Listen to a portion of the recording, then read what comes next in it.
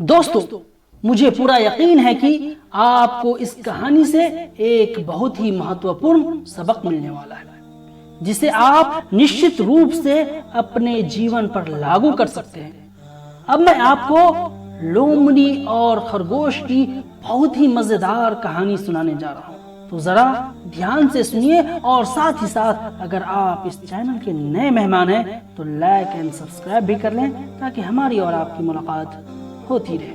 Thank you. बहुत समय पहले की बात है, एक घना जंगल था। वसंत के महीने का दिन था। उस जंगल में एक खरगोश था जो जंगल के मैदान में घास चर रहा था। उसी जंगल में एक लोमड़ियों का झुंड एक दूसरे से बातें करते हुए मौज मस्ती कर रहा था। लोमड़ी के झुंड ने एक खरगोश को घास चरते हुए देखा। लोमड़ियों में से एक लोमड़ी ने कहा कि मैं इस खरगोश को पकड़कर आज का भोजन बनाऊंगी और बहुत ही मजे से खाऊंगी। यह सब सोचकर लोमड़ी मन ही मन बहुत खुश हो रही थी। फिर लोमड़ी ने खरगोश के पीछे दौड़ना शुरू किया, लेकिन खरगोश ने लोमड़ी को अपनी ओर आते देख लिया था। इसलिए खरगोश ने भी अपनी जान बचाने के लिए तेजी से दौड़ना शुरू किया। कई देर तक लोमड़ी खरगोश का पीछा करती रही, लेकिन खरगोश भी तेजी से दौड़ता रहा। आखिरकार दोनों की सांसें फूलने लगी और दोनों ही एक साथ रुक गए। लोमड़ी ने खरगोश को कहा कि मैं तुमसे बहुत ताकतवर और फुर्तीली हूँ। तू मेरे सामने बहुत ही कमजोर जानवर है और मुझसे ज्यादा देर बच नहीं पाएगा।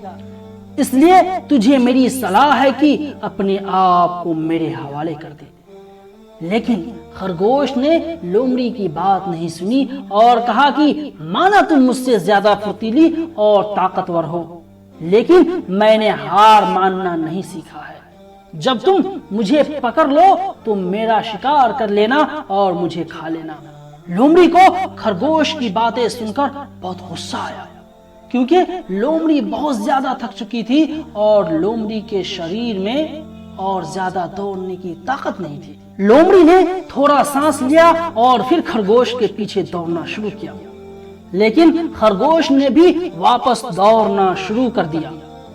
दोनों कई देर तक भागते रहे और फिर दोनों की सांसें फूलने लगी और दोनों रुक गए।